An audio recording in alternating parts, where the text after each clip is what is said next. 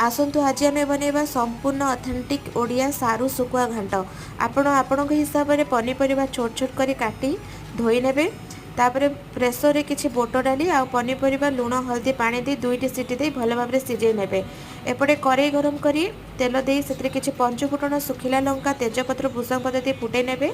पियाज रसुण अदा कंचा लंकार पेस्ट दे भल भाव कषे नेबे। से लंका पाउडर जीरा पाउडर धनिया पाउडर हल्दी पाउडर आ टमाटो दे भल भाव कषे नेबे। मसलाटी कषे सारा पर सीझा पनीपरिया किसी समय कषे नेबे।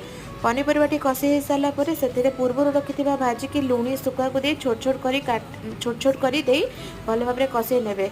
से किछि धनिया पत्र दे भल भाव कषे नेबे। कषे सारा पर किछि पानी दे फुटे नेबे। तरकारी फुटी सारा पर से जीरा आउ सुखिला लंकार भजा गुंड दे भल भाव आ किछि गरम मसला दे भल भाव फुटेबा को छाड़ने। प्रस्तुत हो गला सारू सुकुआ घंट। Thank you.